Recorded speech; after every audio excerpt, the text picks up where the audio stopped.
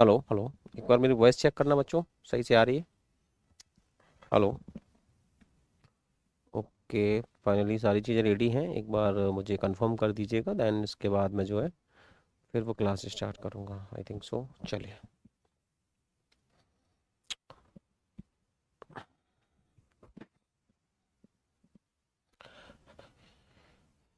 Okay so नमस्कार दोस्तों, कैसे आप सभी? वॉइस वगैरह सब क्लियर आ रही है? एक बार कमेंट कर दीजिएगा। Thank you so much. आप सभी जितने भी प्यारे विद्यार्थी हैं वो सब जुड़ जाएंगे, और इसके बाद जो है हम कुछ स्पेशल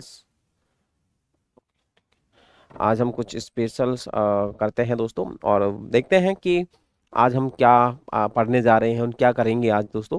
तो सबसे पहले मैं आपको बता दूं दोस्तों कि हम जो है आज की जो क्लास रहने वाली है रीट की, वो कुछ स्पेशल टॉपिक्स पर रहेगी, क्योंकि हमने मोस्टली टॉपिक पढ़ लिए हैं। बहुत सारी यूनिक कुछ प्रश्न आपको मिलते रहते हैं, तो कि अच्छे कुछ प्रश्नों का आज हम लोग जो है वो करेंगे डीएनए, यानी अच्छे प्रश्नों को कुछ समझने का प्रयास करेंगे। तो रीट एक्चुअल में एक ऐसी परीक्षा है, ऐसी एक पद्धति है जिसके अंदर आप सेकंड ग्रेड लेवल की जॉब ले सकते हैं। हाँ, लेवल अगर आपको, जैसे रीट की भी अलग अलग लेवल है, जैसे फर्स्ट लेवल होती है प्राइमरी तक, सेकंड होती है जो मिडिल तक होती है, एंड थर्ड लेवल होती है जो कि आपके टेंथ नाइन्थ टेंथ वाले बच्चे पढ़ते हैं। तो इस प्रकार से हम इस विधि को समझते हैं। एंड हमारे साथ कुसुम जुड़ चुकी हैं। कुसुम, गुड इवनिंग बच्चे। और भी विद्यार्थी जो प्यारे विद्यार्थी हैं वह भी जुड़ने का प्रयास करेंगे। तो आइए चलते हैं, समझते हैं आज की किस प्रकार की प्रश्न श्रृंखला आज हमको दी गई है। तो आज जो हम पढ़ेंगे वो पढ़ेंगे अनेक शब्दों के लिए एक शब्द, है ना। आज की हमारी जो श्रृंखला रहने वाली है वो रहने वाली है अनेक शब्दों के लिए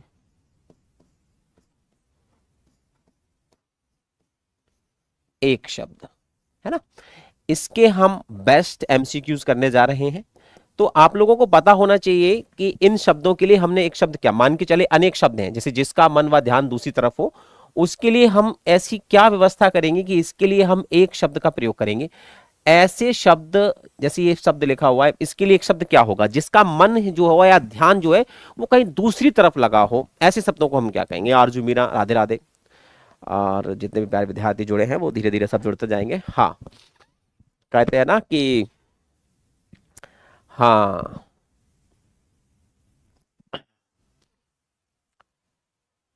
कि मंजिल को पाना बड़ी बात नहीं है, मंजिल तक पहुंचना बड़ी बात है। मंजिल तो मिली जाएगी। तो इसीलिए रास्ते जितने भी होते हैं ना, उनमें हो सकता है कि रास्तों में कठिनाइयां आए, मुश्किलें आए, तो हमें हारना नहीं चाहिए, है ना। राह के पत्थर को चकनाचूर होना चाहिए, बार एक हो पर भरपूर होना चाहिए। और यह भी नहीं कि वो हार मान ले, यह भी नहीं कि वो हार मान ले, शर्त यह भी है कि वो मेरे सामने मजबूर होना चाहिए। धन्यवाद जतिन कुमार। गुड मॉर्निंग भाई, गुड मॉर्निंग नहीं, गुड इवनिंग चल रहा है। हाँ, और जतिन कुमार जी बहुत बहुत स्वागत है। इसके अलावा जतिन के नाम से मेरा एक दोस्त भी था, वो काफ़ी शायद हो सकता है लखनऊ में हो इस समय। हाँ, तो एक अच्छा दोस्त था। चलिए, अभी मतलब था नहीं है। हाँ, बस साथ नहीं है इसलिए था लगाया, बाकी का है, बिल्कुल है, और लखनऊ में रहता है। अर्जुन सर, क्या लिखा है ये? शादी में गए थे क्या? थे क्या कहीं? अरे नहीं, इतना भी स्मार्ट नहीं लग रहा, शादी लायक नहीं लग रहा हूँ भाई। शादी में जाता हूँ तो अच्छे जाता हूँ, बन ठन के, ऐसे नहीं आ जाऊंगा। सर आज तो आप बहुत अच्छे लग रहे हो। चलिए, तो याद रखना, जिसका मन व ध्यान दूसरी तरफ हो उसको क्या बोलते हैं? मनन बोलते हैं, नहीं, मनवा अन्य मनस्क कहा जाता है। ऐसी स्थिति को हम एक नाम देते हैं और इसको हम कहते हैं अन्य मनस्क। ठीक है, तो यहां हम जो विकल्प चुनेंगे वो ऑप्शन डी चुनेंगे। ठीक है, परफेक्ट है सभी का आंसर। ठीक है, तो अन्य मनस्क का मतलब क्या होता है? अन्य धन मनस्क, इसका मतलब जिसका जो मन है वो कहीं दूसरी ओर जा रहा है, उसका ध्यान भटक रहा है। तो इसके लिए हम यहाँ पर विकल्प लगाएंगे। सर दिन में फर्स्ट बार कभी भी मिले हैं तो बोल सकते हैं सर, दिन में फर्स्ट बार। अच्छा अच्छा, हाँ ये बात भी सही है आपकी जतिन जी। चलिए, तो आपको मैं मानता हूं। एक और प्रश्न जिस प्रकार से आ जाए, दो पहाड़ों के बीच खाली स्थान को क्या कहते हैं? अब मान के चलिए मैं कुछ ऐसे बताता हूं, जैसे दो पहाड़ हैं, मान के चलिए एक पर्वत तो ये है और दूसरा पर्वत जो है वो इस प्रकार से बना हुआ है। ठीक है, अब ये दो पहाड़ हो गए और इनके बीच में खाली स्थान है। आप समझिए इस चीज को, इनके बीच में जो है वो क्या है, यहाँ पर एक खाली स्थान है, गहराई है। तो इसको हम लोग क्या बोलेंगे? घाटी बोलते हैं। अब वैसे तो इस टर्म में, तो ज्योग्राफी के टर्म में तो घाटी बोलते हैं। और उपत्यका किसे बोलते हैं? तो पर्वत के निचले भाग को बोलते हैं, पर्वत के निचले भाग को बोलते हैं। ठीक है, जमीन तो नॉर्मल मैदान हो जाएगा, तो सभी तो नहीं होगा। आई थिंक सो अगर ये कहा गया है कि पर्वत के बीच के भाग को क्या बोलेंगे, तो मैं यहां पर घाटी लगा सकता हूं, खाली स्थान को। ठीक है, और उपत्यका के लिए जब इस प्रकार के शब्द आए कि पर्वत के नीचे का स्थान क्या कहलाता है, तब हम उपत्यका लगाएंगे। सीधा सीधा सा जवाब आए कि पर्वत के नीचे का स्थान, तब हम उपत्यका लगा देंगे। इसको ऐसे कर लो। ठीक है, चलो तीसरा प्रश्न, किए गए उपकार का फल न मानने वाले के लिए एक शब्द बताओ जरा, क्या होगा। जैसे मान के चलो आपने किसी पर एहसान किया और वो मान ही नहीं रहा उस एहसान को, आपके एहसानों का कोई बदला नहीं दिया उसने, आपने उस पर काफी एहसान किए, लेकिन जब उसकी बारी आई तो उसने मना कर दिया कि तुम एहसान तुमने क्या किए, ये तो तुम्हारे फर्ज था। ठीक है, और तुमने कोई एहसान नहीं किया मुझ पर। तो सोचिए उस समय, तो ऐसे व्यक्ति के लिए आप क्या कहोगे उसको, एक शब्द में जरा बोल के दिखाओ कि जो एहसान फरामोश उर्दू शब्द है, हिंदी में इसके लिए बड़ा अच्छा शब्द है, और वो शब्द है कृतघ्न। क्या शब्द है बच्चे? कृतघ्न। कृतघ्न हो तुम, कृतघ्न का मतलब हो एहसान फरामोश हो तुम, यानी एहसान को हमने एहसान किया तुम पर और आपने उसका फल नहीं माना, या उसका जो कह सकते हो ना जैसे होता है वो नहीं माना, तो कृतघ्न हो तुम। ठीक है, और अगर कोई आपने आपके किए गए एहसान को बहुत माने कि भाई आपका बहुत बहुत शुक्रिया और मैं जिंदगी भर आपका एहसान नहीं भूलूंगा कभी भी, आपने मेरे लिए इतनी हेल्प करी, तो ऐसे व्यक्ति को क्या कहते हैं? कृतज्ञ कहते हैं। कृतज्ञ का मतलब होता है एहसान मानने वाला। एहसान को या एहसान को ही हम उपकार कहते हैं बच्चे। भाई उपकार किसे कहते हैं? एहसान को ही। तो एहसान को मानने वाला जो है वो कृतज्ञ कहलाता है। उपकार को कोई मानता हो वो कृतज्ञ कहलाता है। थैंक यू सो मच कह के जाए आपसे तो वो कहलाता है। सर आज जो क्लास है वो जल्दी लगा दी क्या? हाँ बस थोड़ी सी जल्दी क्या लगा दी, मैं वेट कर रहा था, तब से मेरा मन नहीं लग रहा था, है ना। वेट करते करते मुझे लगा कि मैं तब तक बातचीत करूंगा और तब तक हो आ जाएंगे सबके सब। कोई नहीं, 2-3 प्रश्न ही तो हैं, है ना। हाँ तो जल्दी नहीं है, मतलब 1-2 मिनट क्या है ना, कोई है नहीं तो मुझे ही सेट करना पड़ा, तो मुझे लगा थोड़ा सा जल्दी का क्या मतलब शुरुआत करता हूँ। तब तक शुरुआत ही करिए, ये समझ लो अभी शुरुआत हुई है, टाइम तो हो गया होगा, शायद 7 तो बज गए। हाँ चले, अगला प्रश्न है, जो किसी बात या उक्ति को तुरंत सोच ले उसके लिए एक शब्द क्या होगा? नीतू शर्मा। चलिए भाई फुर्सत मिल गई शायद आज। हाँ तारीख बदल गई क्या? हाँ आज तो दिन निकल आया भाई। सर नोटिफिकेशन नहीं आता। अच्छा अच्छा, नोटिफिकेशन नहीं आता है, ठीक है ठीक है, चलो आगे से ध्यान रखेंगे, चलो ठीक है, ओके। काफी दिनों बाद शर्ट में देखा है क्या? ऐसे कह रही है लुकिंग सो गॉर्जियस। ऐसा भी नहीं है, वही नॉर्मल शर्ट है, नॉर्मल इंसान हूँ, ऐसा ही हूँ बस। मुझे लगता है कि आपकी बाहरी खूबसूरती से ज्यादा आपकी आंतरिक खूबसूरती होनी चाहिए, और वो काफी है, बस ऊपर वाले ने इतना ही करम किया है कि वो इतनी है कि मेरी वजह से शायद मुझे नहीं लगता है कि आज तक किसी का दिल दिखाओ वहाँ की, मेरा ही दिल दुखा के चला गया तो बात अलग है। पर हाँ ऊपर वाले का कर्म है इतना कि चलो सब लोग बहुत प्यार करते हैं, सब लोग इतना बोलते हैं, थैंक यू सो मच। चलो स्मार्ट लग रहा हूँ यार, मुझे अच्छा लग रहा है, पता जब ऐसे कोई तारीफ करता है ना तो बड़ा अच्छा सा लगता है, फील आता है एकदम से कि हाँ अब मैं और स्मार्ट बन जाऊं, लेकिन क्या करूं, नहीं बन सकता, है ना। जो किसी बात या उक्ति को तुरंत सोच ले उसके लिए शब्द आएगा प्रत्युत्पन्नमति। क्या वर्ड आता है बच्चे?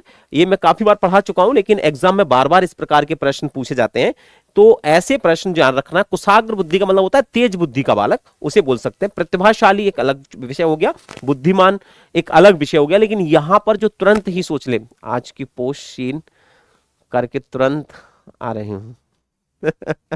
ठीक है भैया, तुम पोस्ट सीन कराओ, है ना। हाँ अगला देखते हैं, ठीक है। तो यहां पर विकल्प हमने क्या लगाया? सी। चौथा प्रश्न देखिए एक बार, चौथा प्रश्न क्या कह रहा है बच्चे?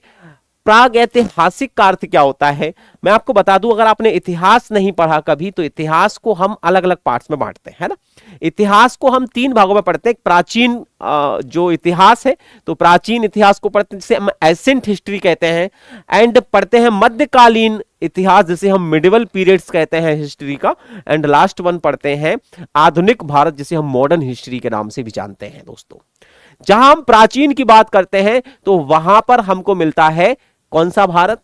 इतिहास पढ़ने को मिलता है, प्रागैतिहासिक काल पढ़ने को मिलता है, और इसी प्रागैतिहासिक काल में छुपा हुआ है पाषाण काल, मध्य पाषाण काल और नव पाषाण काल। ये पाषाण काल क्या होता है?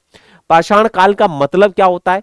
जहां पत्थरों की आकृति और पत्थरों की ही वस्तुओं का प्रयोग होने लगे, जहां पहली बार लोगों ने आग जलाना सीखा, जहां पहली बार लोगों ने खेती करना सीखा, जहां पहली बार लोगों ने भोजन कच्चा मांस पकाकर खाना सीखा, उस व्यवस्था को हम प्रागैतिहासिक काल कहते हैं, क्योंकि उसका कहीं भी हमें लिखित वर्णन नहीं मिलता है।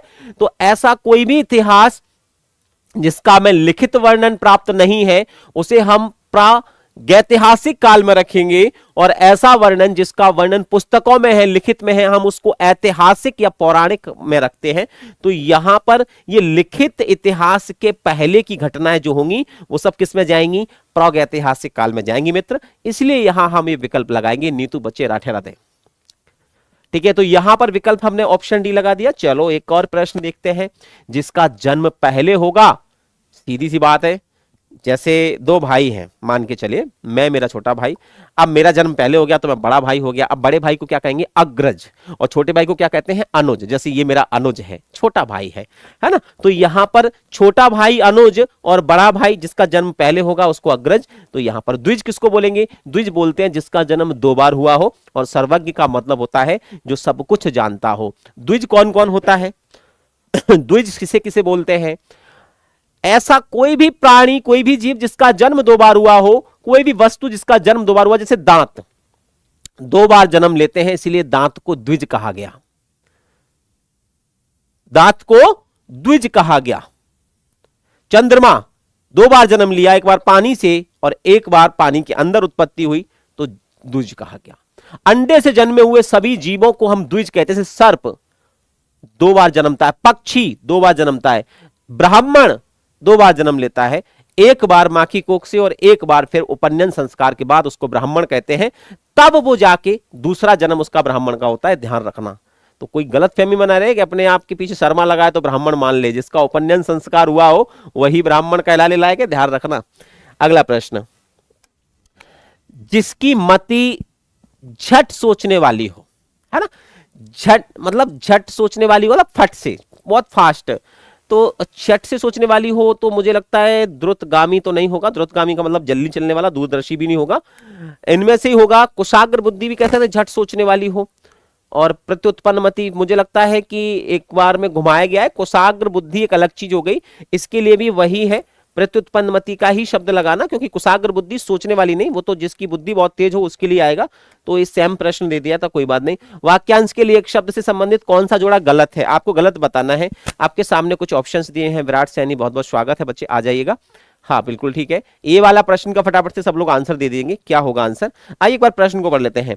जिसका इलाज कठिन हो उसको क्या बोलेंगे, मतलब जिसका इलाज ही करना कठिन हो उसके लिए एक शब्द आएगा दुसाध्य। बिल्कुल हाँ, जिसका, भाई सीधी बात है, दुसाध्य का मतलब होता है जिसकी बीमारी बहुत ठीक करना बहुत मुश्किल हो। ठीक है चलो, जो मनुष्यता से दूर हो उसको अमानुष कहते हैं, ठीक है अमानुषिक कहेंगे।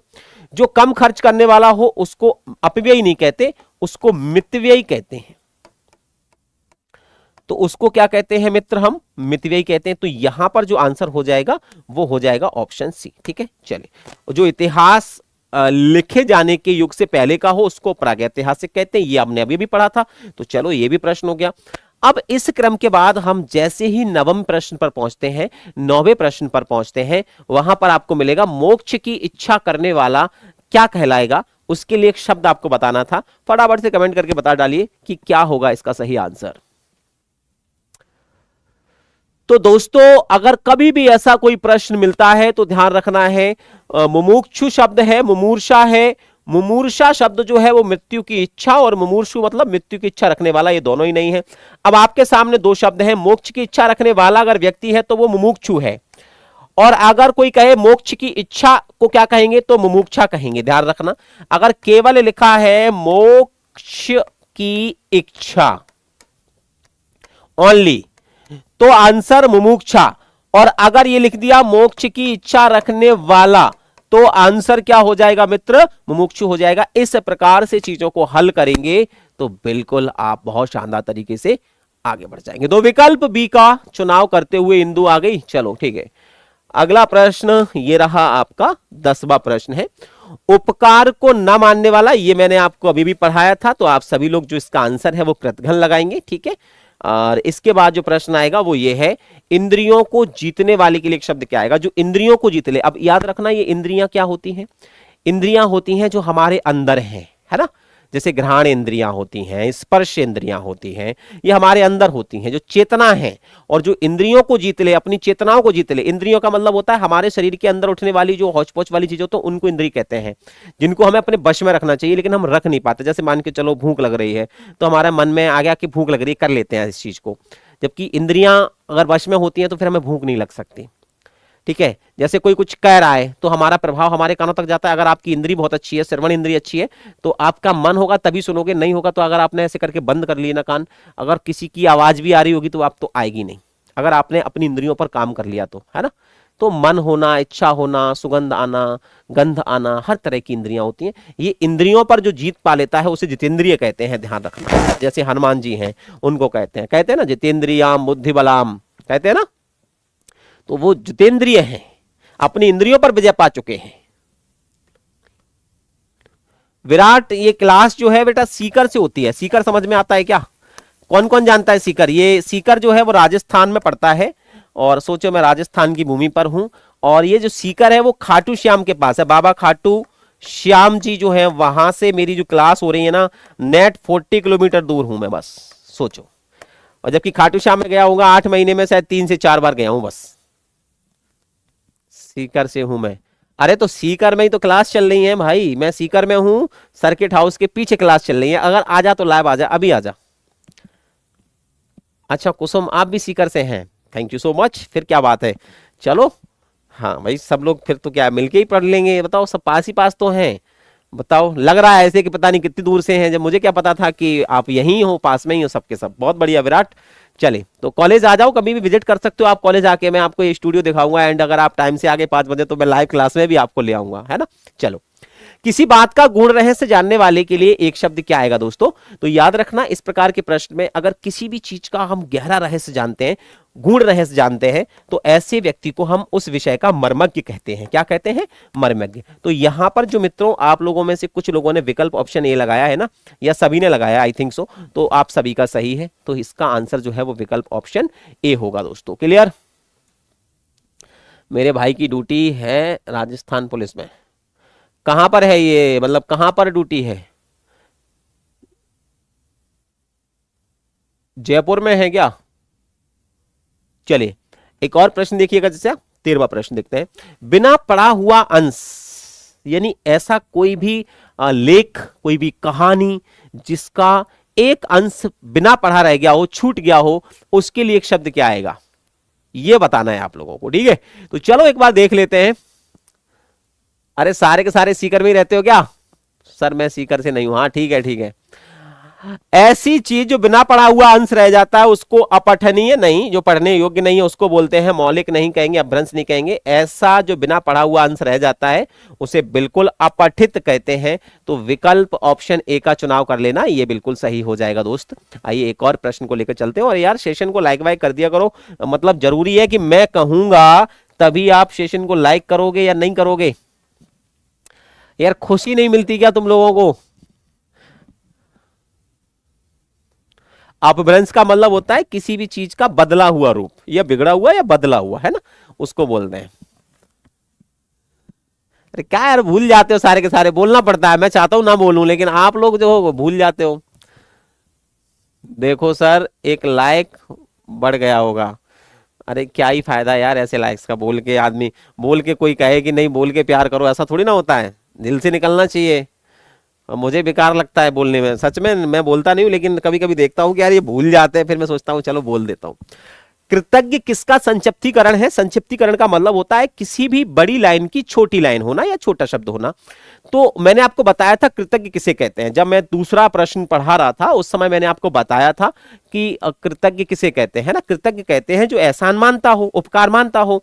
कहां लिखा है उपकार करने वाला? नहीं, उपकार करने वाला उपकृत, उपकार करने वाला उपकृत, सॉरी उपकार कराने वाला और करने वाला। तो उपकार कराने वाला उपकृत होता है, ठीक है, ध्यान रखना। उपकारी होता है, किए हुए उपकार को ना मानने वाला कृतघ्न होता है, और किए हुए उपकार को मानने वाला कृतज्ञ होता है। तो विकल्प डी अगर आप देखोगे तो एकदम शान से खड़ा हुआ है कि भैया मैं ही आंसर हूं, आप मुझे ही टिक कर दो। तो विकल्प डी का चयन आपको करना पड़ेगा दोस्तों, ठीक है। तो मैंने यहां पर प्रियंका विकल्प डी का आंसर लगा दिया। इंदु, आरजू एंड कुसुम सभी के आंसर सही आए हैं। जतिन, राधिका और नीतू बिल्कुल सही आंसर आए सबके। विराट हाँ रामगढ़, हाँ पास में ही पड़ता है, मैं गया हूँ रामगढ़। हाँ रामगढ़ गया हूँ, दाता रामगढ़ साइड उधर ही है ना, दाता रामगढ़ करके बोलते हैं। चलिए। धूतों अर्थात जीवों द्वारा होने वाला जो दुख है उसको क्या कहेंगे? तो जीवों द्वारा होने वाला जो दुख है उसको कहते हैं आदि भौतिक। आदि भौतिक कहेंगे, ध्यान रखना। आदि दैविक तब कहते हैं जब देवताओं के द्वारा जो दुख होता है या भूत प्रेतों द्वारा होता है तब कहते हैं। तो अगर जीवों द्वारा हो रहा है, ठीक है, या धूर्तों द्वारा हो रहा है तो फिर वो भौतिक है, और अगर देवों द्वारा होता तो फिर वो आदि दैविक है। ठीक है, चलिए। या भाग्य द्वारा होता। वाक्यांश के लिए एक शब्द का अशुद्ध बताना है, गलत कौन सा है। ठीक है, क्षण भर में या शीघ्र टूटने वाला खंडर नहीं कहता, क्षण भंगुर कहलाता है। इसके लिए एक शब्द आता है, हम बोलते हैं क्षण भंगुर चीजें। क्षण भंगुर विषयों से सुख का स्थायी आधार न मांगो, प्यार करो पर प्यार न मांगो। तुम्हें दिखाई देती हैं ये बस्ती बसे हुए यारों की, धोखे में मत रहना प्यारे, ये दुनिया है दुकानदारों की। तो यहां पर क्षण भंगुर हो जाएगा, खंडर हट जाएगा। तो मुझे तो आंसर मिल चुका है। आइए और भी एक बार क्रॉस चेक कर लेते हैं, क्या पता आंसर कोई और गलत हो। जिसकी आशा ना की गई हो अप्रत्याशित, ये पढ़ा चुका हूं। जिसे जाना ना जा सके अज्ञेय, ये भी पढ़ा चुका हूं। दोपहर के पहले का समय, दोपहर के पहले का समय पूर्वाह्न होता है, बिल्कुल। और अगर यहां लिखा होता बाद का समय, अगर यहां लिखा हो कि दोपहर के बाद का समय, तो मैं यहां लिख देता फिर अपराह्न। क्या लिख देता बच्चे? फिर अपराह्न लिख देता। और अगर मैं यहां लिखता कि दोपहर का समय, और दोपहर का समय जब मैं यहां लिखता तो फिर आप सब देखते यहां पर मध्याह्न। क्या लिखते? मध्याह्न शब्द लिखना पड़ता। ठीक है, तो ये ध्यान रखना है। आइए चलते हैं हम 17वें प्रश्न पर। बड़ों के लिए उपयुक्त अभिवादन का चयन कीजिए, हमसे जो बड़े हैं। ठीक है, सही कहा सर जी। मैम के ख्यालों में कोई रहते हैं? अरे चुप कर जाओ, पढ़ाई मतलब हद हो गई। तुम लोग कहां से कहां ले जाते हो बात को। एक तो कैसे कहूं तुमसे कि मैं इतना तो कभी दूर नहीं रहा हूं अपनी फैमिली से, इतनी दूर कर रखा है। बड़ों के लिए उपयुक्त अभिवादन का चयन करना होता है, तो याद रखना बड़ों के लिए हम सादर प्रणाम शब्द का प्रयोग करेंगे यहां पर। तो अगर हम अपनों से बड़ों को बोलते हैं तो यहां पर सादर प्रणाम शब्द सबसे अच्छा रहेगा, तो विकल्प बी अच्छा रहेगा यहां। ठीक है, तो विकल्प बी अच्छा रहेगा। ये हम यहां पर ऑप्शन सादर प्रणाम करेंगे। एंड 18वां प्रश्न देख लीजिएगा। अन्योन्याश्रित का अर्थ क्या होता है? अन्योन्याश्रित शब्द किसके लिए आता है ये आपको ध्यान रखना है। तो अन्योन्य धन आश्रित शब्द होता है ना। तो याद रखना है इस प्रकार के विकल्प पर किसी पर आश्रित होना, किसी पर आश्रित ना होना, एक दूसरे पर आश्रित होना, या किसी को आश्रित बना देना। अब बताओ जरा, अगर कोई अन्योन्य का मतलब होता है अन्य अन्य, एक दूसरे पर, ध्यान रखना एक दूसरे पर आश्रित होना, यहां पर अन्योन्योश्रित शब्द लिखा है। ठीक है, अन्योन शब्द होता है, मूलतः शब्द होता है अन्य धन अन्य से बनता है, ध्यान रखना। अन्य धन अन्य से एक शब्द बनता है। अब यहां जैसे इसको जोड़ेंगे ना तो यहां पर एक्चुअल में एक संधि होती है, और वो संधि होती है विसर्ग वाली। तो पहले में विसर्ग के कारण क्या होता है, अपवाद भी बोलते हैं इसको, अन्योन्य ऐसे हो जाता है। अब इसमें बड़ा जुड़ेगा तो आश्रित ऐसे हो जाता है। तो अन्य धन अन्य लिखा हुआ है यहां पर, ये ध्यान रखना है। अन्य धन आश्रित, यानी एक दूसरा, अन्य और अन्य एक दूसरे पर, यानी अलग अलग हो गए तो आश्रित हो गए। ठीक है, अगला है नेपथ्य का अर्थ क्या होता है। ये भी मैंने पढ़ा रखा है, आप लोगों को समझा रखा है कि नेपथ्य का अर्थ क्या होता है। सिग्मा बॉय नो नेम, ठीक है भाई, बहुत बढ़िया, देखने से नहीं। आप इधर आ जाओ थोड़ा सा और देखते हैं। कांता जी गुड इवनिंग बच्चे, गुड इवनिंग। तो चलिए एक और शानदार प्रश्न है। नेपथ्य का मतलब क्या होता है? रंगमंच के सामने विशिष्ट दर्शकों का स्थान, क्या उसको बोलते हैं? नहीं। कलाकारों का मेकअप रूम, वाद्य यंत्रों को रखने का स्थान, या रंगमंच के पीछे का स्थान। तो ध्यान रखना रंगमंच के पीछे का स्थान ही नेपथ्य कहलाता है। ये काफी बार प्रश्न आता रहता है, हम लोगों ने काफी बार पढ़ रखा है। तो यहां पर हम ऐसा है ना, इस प्रश्न को हमेशा करते रहते हैं, तो बच्चों को याद हो गया होगा, है ना। आई थिंक सो कि आप सबको याद होगा ये प्रश्न कि ये प्रश्न क्या है। ठीक है, तो चलिए इस प्रश्न को हमने कर लिया है। अब जो पहले कभी नहीं हुआ हो उसके लिए एक विकल्प क्या आएगा? मान के चलो अगर आपसे कोई एक शब्द कह दे कि बताओ जो पहले कभी नहीं हुआ उसके लिए एक शब्द बताओ, तो उसके लिए एक शब्द में आप ये शब्द कह सकते हो कि ये अभूतपूर्व घटना है। कैसी है? अभूतपूर्व घटना। अभूतपूर्व का मतलब जो पूर्व में भूतपूर्व में कभी ना हुई हो, है ना। अद्भुत का मतलब तो आश्चर्य या विस्मय हो जाएगा। अप्रत्याशित का मतलब जिसकी आशा न की गई हो। और अनुपम का मतलब होता है कि जिसकी उपमा ना दी जा सके उसको अनुपम कहते हैं। जिसकी कोई तुलना ना की जा सके, कि आपकी तुलना ही नहीं की जा सकती किसी से, आप तो अनुपम हैं। तो यहां पर विकल्प को सोच समझकर हमें खर्च करना होता है। 21वां प्रश्न जैसे ही मैं आपके सामने रखता हूं, किसी वस्तु को गलत समझा लेना, समझ लेना होना चाहिए था, गलत समझ लेना, उसके लिए शब्द आता है भ्रांति। गलत समझ लेना तो भ्रांति हो जाती है। नाक का मोती अधर की कांत से सहसा हुआ सुख देख कर मौन है, सोचता होगा यह अन्य सुख कौन है। इस प्रकार से भ्रांतिमान अलंकार आता है ना। पाए महावर दैन को नायन बैठी आए, पुण्य पुण्य जान महावरी एड़ी मुड़त जाए। तो जहां किसी वस्तु को देखकर गलत समझना उसको बोलते हैं भ्रांति। ठीक है, चलो मरने की इच्छा दोस्तों, मरने की इच्छा फटाफट से कमेंट करके बताओ, मरने की इच्छा के लिए एक शब्द क्या आएगा। ऑप्शंस है मृत्युकांक्षी बोलते हैं, नहीं। मरणेक्षु मरणासन नहीं। मुमूर्षा शब्द आएगा, ध्यान रखना।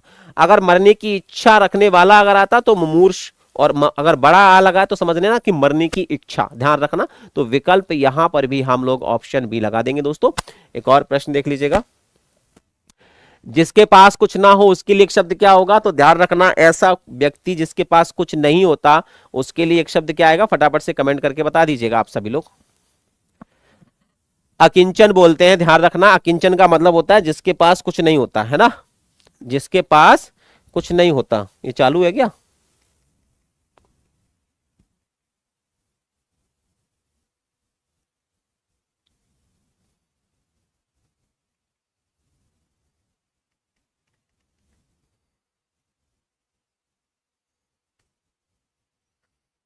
हम्म,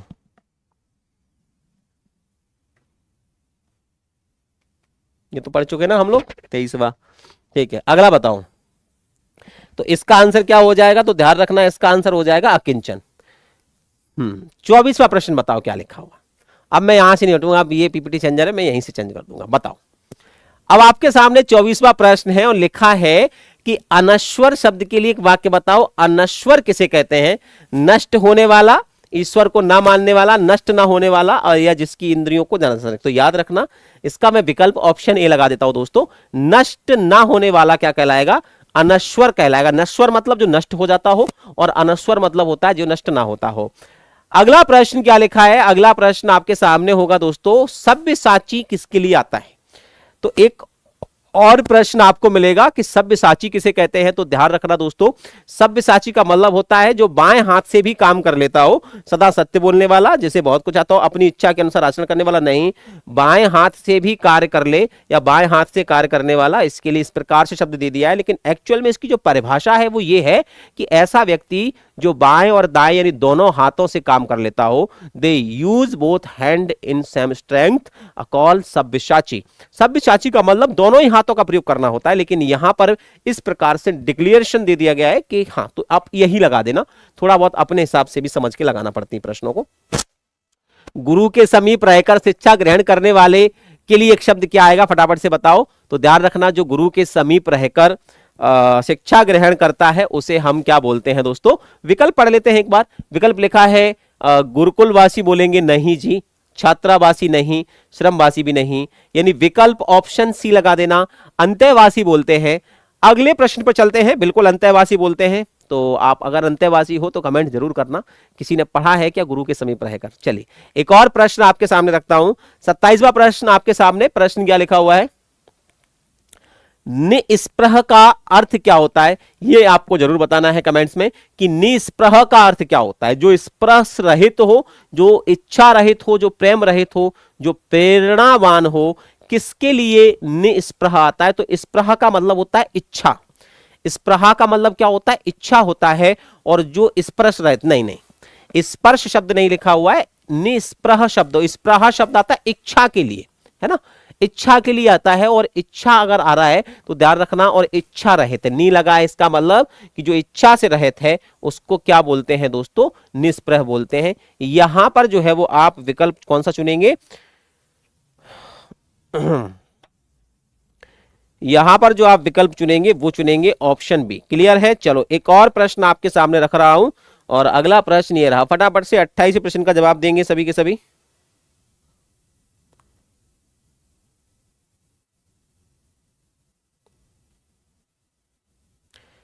जितने भी प्यारे विद्यार्थी हैं फटाफट से 28 प्रश्न का जवाब देंगे।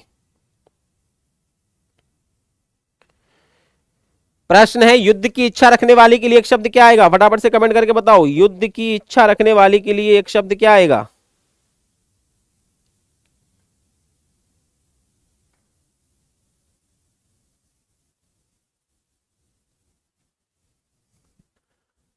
युयुत्सु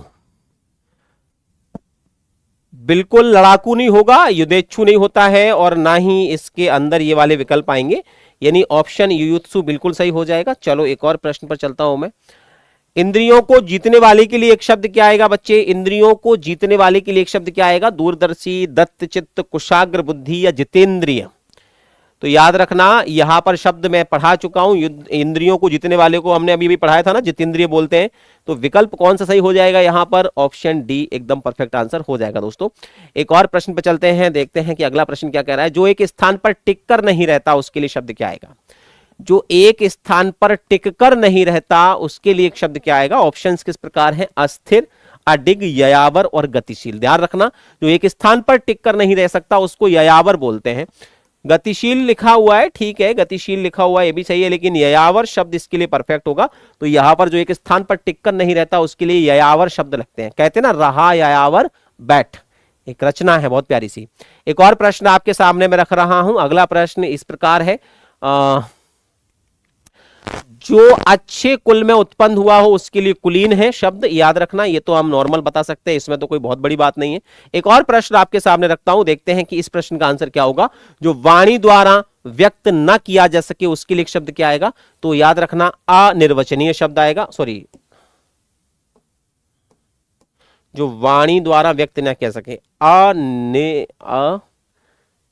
अनिर्वचनीय। आत्म साक्षात्कार, स्वानुभूति और अनिर्वचनीय।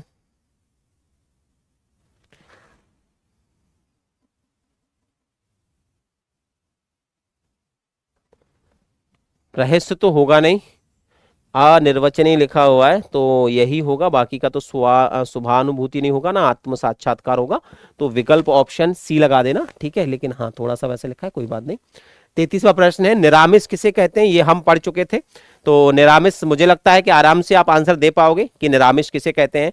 तो निरामिष कहते थे दोस्तों ऐसे व्यक्ति को जो मांस नहीं खाता है ना, उसको निरामिष कहते हैं। वेजिटेरियन के लिए आता है। तो ऐसा कोई शब्द देख लो जो मांस नहीं खाता हो। भाई ये बंदा जो है वो मांस नहीं खाता, ये तो मोक्ष का इच्छुक नहीं है, रात्रि में विचरण करने वाला निशाचर होता है, मृत्यु का इच्छुक मुमुक्षुक होता है। तो यहां पर जो मांस रहित भोजन करता हो, मांस रहित का मतलब होता है जिसमें मांस शामिल ना हो, ये ध्यान रखना। चलिए एक और प्रश्न आ जाता है। हाँ, सामिष बोलते हैं, जो मांस खाता हो उसको सामिष, और जो मांस नहीं खाता उसको निरामिष, ठीक है। एक बार कही बात को दोहराते रहने के लिए एक शब्द क्या आएगा? एक बार कही बात को दोहराते रहने के लिए शब्द क्या आएगा? आगार, प्राकथन, पिष्टपेषण और प्रस्तावना। प्राकथन नहीं होता दोस्त, प्राकथन नहीं होता, आगार भी नहीं होता, आगार माने भंडार होता है, प्राकथन भी नहीं और प्रस्तावना भी नहीं। पिष्टपेषण शब्द का प्रयोग करना है आप लोगों को। एक बार कही बात को दोहराते रहने को बोलते हैं पिष्टपेषण, यानी विकल्प सी का चयन करना है दोस्त। एक और प्रश्न मैं आपके सामने रखता हूं यहां पर। अगला प्रश्न ये रहा आपकी स्क्रीन पर, शैव किसे कहते हैं? तो स्वाभाविक है, शिव की उपासना करने वाले को शैव कहा जाता है। तो जो शिव की उपासना करता हो तो उसको शैव कहेंगे। ध्यान रखना, जो शक्ति की उपासना करता है, मां भवानी की, उसको शक्ति की उपासना करने वाला, और जो विष्णु की उपासना करता है उसे वैष्णव कहते हैं। ध्यान रखना है ना। तो यहां पर शिव आ जाएगा। शिव, हाँ, ये शैव शब्द जो है, अगर कभी कोई पूछ ले कि ये शैव बना कैसे है, तो ध्यान रखना, शिव में जब हम आ उपसर्ग, आ प्रत्यय जोड़ते हैं तो इन दोनों के निर्माण से शैव शब्द की उत्पत्ति हुई है दोस्तों। एक और प्रश्न देख लीजिएगा, वाचाल किसे कहते हैं? ये कौन बताएगा? वाचाल किसे कहते हैं? कहते हैं ना, मूक होए वाचाल, पंगौ चढ़े गिरवर गहन, जासु कृपासु दयाल कल मल दहन। तो यहां पर मूक होई वाचाल, जो मूक है वो वाचाल हो गया। मूक माने गूंगा और वाचाल माने बहुत ज्यादा बोलने वाला। तो जो बहुत बोलता है उसके लिए आप एक विकल्प चुनेंगे और वो है विकल्प है वाचाल। आइए एक और प्रश्न देख लीजिए। नीचे लिखे वाक्य के लिए एक शब्द आपको बताना है। जो युद्ध में स्थिर रहता हो उसको क्या बोलेंगे दोस्तों? तो जो युद्ध में स्थिर है उसे हम युधिष्ठिर कहते हैं। युधिष्ठिर का नाम ही इसलिए है जो युद्ध में स्थिर होता है ना। तो जो बहुत बोलता है, बिल्कुल आरजू, बिल्कुल सही जवाब है ना। तो युधिष्ठिर समझ में आ गया। जो युद्ध में स्थिर होता है उसे ही क्या कहते हैं? हम युधिष्ठिर कहते हैं। चलो एक और प्रश्न देखते हैं बच्चे। नगर में रहने वाला नागरिक हो जाएगा शहरी, नर नारी शरणागत। नगर में रहने वाला शहरी कहलाएगा, फिर और क्या कहलाएगा? नागर, नागर नागर नागर माने तो चतुर होता है भाई, नागर माने तो निपुण होता है। नर नारी नहीं, शरणागत नहीं। इसमें अगर इस प्रकार का ऑप्शन है तो ध्यान रखना ऑप्शन ए होगा। बाकी का नगर में रहने वाला नागरिक भी हो सकता है, नागरिक। और गांव में रहने वाला ग्रामीण, गांव में रहने वाला जो है वो ग्रामीण हो जाएगा। और शहर में रहने वाला शहरी या फिर नागरिक, है ना। नागर माने तो चतुर होता है, चतुर होता है, तो नागर मत लगा देना अगर गलत लिखा या तो फिर नर नारी होगा नहीं, शरणागत होगा नहीं। अगर इस प्रकार से ऑप्शन देखेंगे तो इस ऑप्शन में हम ये लगाएंगे, और अगर ऑप्शन चेंज करके लिखा होगा तो फिर नागरिक लिखा होगा, ध्यान रखना है ना। तो हमें शहरी लगाना पड़ेगा ऑलमोस्ट, और कोई विकल्प हमारे पास है नहीं बच्चे, ठीक है। 39 बार, जिसको व्याकरण का अच्छा ज्ञान हो उसके लिए एक शब्द क्या आएगा फिर दोस्तों? नागर माने चालाकी होता है, शहरी नहीं होता। अगर नागरिक कहोगे तो फिर उसके अंदर हम लगाएंगे। अगला जो प्रश्न है ऑप्शंस, हाँ जिस प्रकार ऑप्शन दिए हमें उसी प्रकार से चीजें के करना पड़ेगा हैंडल। और जिसको व्याकरण का ज्ञान हो उसके लिए एक शब्द क्या लगाओगे फिर आप लोग? ध्यान रखना, ऐसे व्यक्ति को वैयाकरण कहते हैं। ना तो उसको पंडित, ना प्रणेता, ना आचार्य, इनमें से कोई विकल्प उसके सामने टिकेगा नहीं। एक ही विकल्प टिक सकता है और वो है ऑप्शन बी, वैयाकरण बोलते हैं, ध्यान रखना दोस्तों, ठीक है। तो चलो एक और प्रश्न देख लेते हैं। उपयुक्त वाक्यांश का चयन कीजिए। बलिदान की भावना के प्रेरक होते हैं। उपयुक्त वाक्यांश का चयन कीजिए। बलिदान की भावना के प्रेरक होते हैं। बलिदान की भावना के प्रेरक क्या होते हैं? समाज सुधारक होते हैं, संस्कृति पुरुष होते हैं, स्वामी भक्ति होती है, देशभक्त होते हैं। तो यहाँ पर आपसे पूछा है कि जो बलिदान की भावना से प्रेरक होते हैं, प्रेरक का मतलब होता है जैसे प्रेरणा देने वाले, तो उनको क्या बोलेंगे? तो ध्यान रखना इसमें हम जो शब्द लगाएंगे उसमें आप जो है वो देशभक्त लगा सकते हो। इसके अलावा और कोई विकल्प, तो समाज सुधारक तो समाज के लिए हो जाएंगे, तो वो तो होगा नहीं, है ना। संस्कृति पुरुष भी नहीं होगा। स्वामी भक्ति की कोई मतलब नहीं बनता, क्योंकि ये तो उनके लिए हो गया जो किसी की सेवा करते हो, है ना। तो अगर कोई बलिदान की भावना रखता है तो केवल एक ही मात्र इसका विकल्प देशभक्त लगता है, और कोई ऑप्शन मुझे टिक नहीं रहा, इसमें सूट है नहीं हो रहा है ना। ना तो समाज है, ना संस्कृति है, ना स्वामी भक्ति है। तो विकल्प हम ऑप्शन सी लगा देंगे। जो पसीने से उत्पन्न हो उसके लिए एक शब्द और बता दो फटाफट से कमेंट करके। जो पसीने से उत्पन्न हो उसके लिए एक शब्द और बता दो फटाफट से। स्वयंभू नहीं, जो स्वयं से उत्पन्न होता है उसको बोलते हैं। जो जर यानी कोख से उत्पन्न होता है उसको जरायुज बोलते हैं, जैसे हम और तुम, है ना, हम लोग जरायुज हैं। स्वेदज पसीने से उत्पन्न होते हैं, जैसे बैक्टीरिया वैक्टीरिया होते हैं, तो जू वगैरह होते हैं ना, पसीने से निकलते हैं गंदगी से, तो जुएं वगैरह हो गए, जू वगैरह हो गए। और अंडज माने जो पक्षी हैं, सर्प हैं, मुर्गी है, और किस किस का अंडा होता है? मुर्गी है, सर्प है, पक्षी हैं, और किसका अंडा होगा? शुतुरमुर्ग है, इनको अंडज कह देते हैं, ठीक है बच्चे।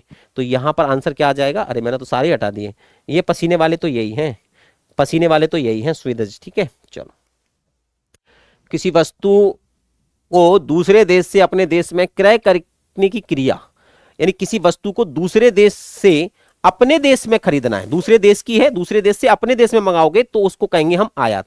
ऐसी स्थिति में हम क्या कर रहे हैं? आयात कर रहे हैं, ठीक है। और हम अगर अपनी वस्तु को बाहर भेज रहे हैं बेचने के लिए, अगर यहां लिखा होता कि दूसरे देश में अपने देश से बेच रहे हैं, तो वहां निर्यात हो जाता, एक दूसरे के उल्टे हैं, ये ध्यान रखना है, ठीक है। और 43वां प्रश्न है, जिसकी पूर्व से कोई आशा ना रही हो उसको अप्रत्याशित बोलते हैं, ये मैं बता चुका हूं। आखिरी प्रश्न है आज की श्रृंखला का, आखिरी प्रश्न है, 44 प्रश्न है आई थिंक सो, हाँ ठीक है, आखिरी प्रश्न है आज की श्रृंखला का, और आई होप सो कि इस प्रश्न का आंसर तो दोस्त आप सभी के पास होगा। तो चलिए फटाफट से इस प्रश्न का आंसर दे दीजिएगा। हाँ भाई, चलिए तो फटाफट से किस किस के पास है इस अनमोल खजाने का आंसर? तो आंसर आने लगे हैं, देखते हैं। विकल्प डी आया है कुछ लोगों का आंसर, पर्वत के पास की भूमि को बोलते हैं। ठीक है, पर्वत के पास की भूमि को बोलते हैं, गलत लिखा है थोड़ा सा, यहाँ पर हाँ इसको ऑप्शन गलत लिख रखे हैं, लेकिन कोई बात नहीं, सबसे विकल्प तो यही अच्छा है। लेकिन पर्वत के पास की यहाँ पर निचली शब्द जरूर और जुड़ना था, निचली भूमि के लिए शब्द आता है उपत्यका। ठीक है, तो परफेक्ट आंसर इसका यही हो जाएगा। थैंक यू सो मच, आप सभी लोगों ने इतने शानदार तरीके से इन प्रश्नों को हल किया।